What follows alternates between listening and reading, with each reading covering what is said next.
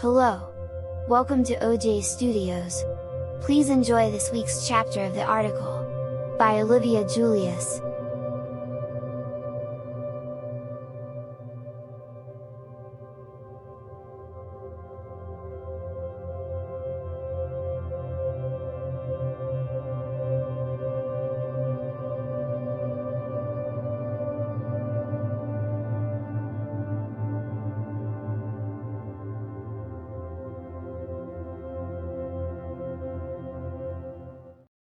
Chapter 4 Awake Alex's point of view.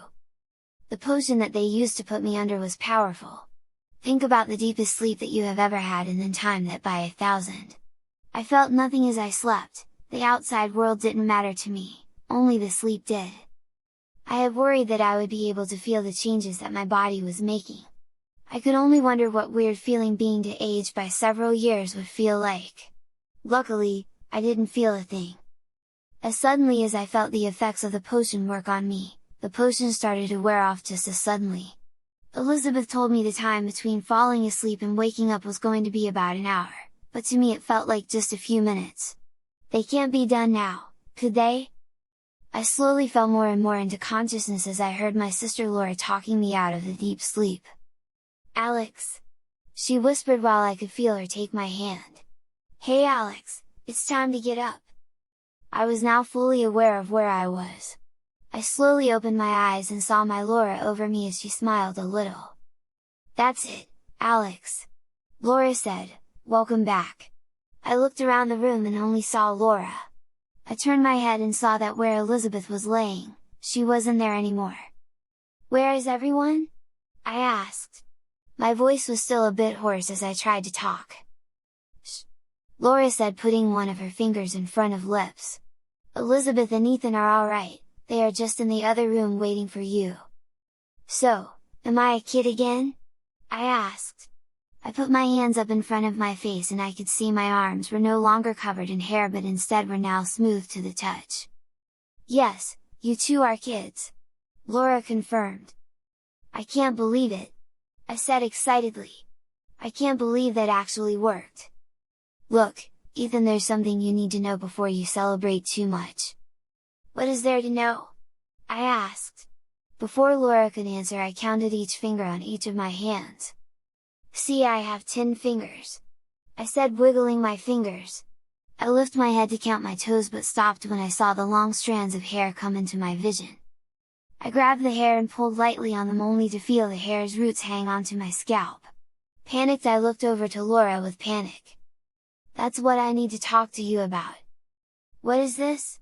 I asked, trying not to freak out. "Why do I have long hair for?" Laura took my hands and guided them down to my lap. I looked at her as questions went through my head. "We will explain everything, just don't freak out," Elizabeth said. I nodded my head.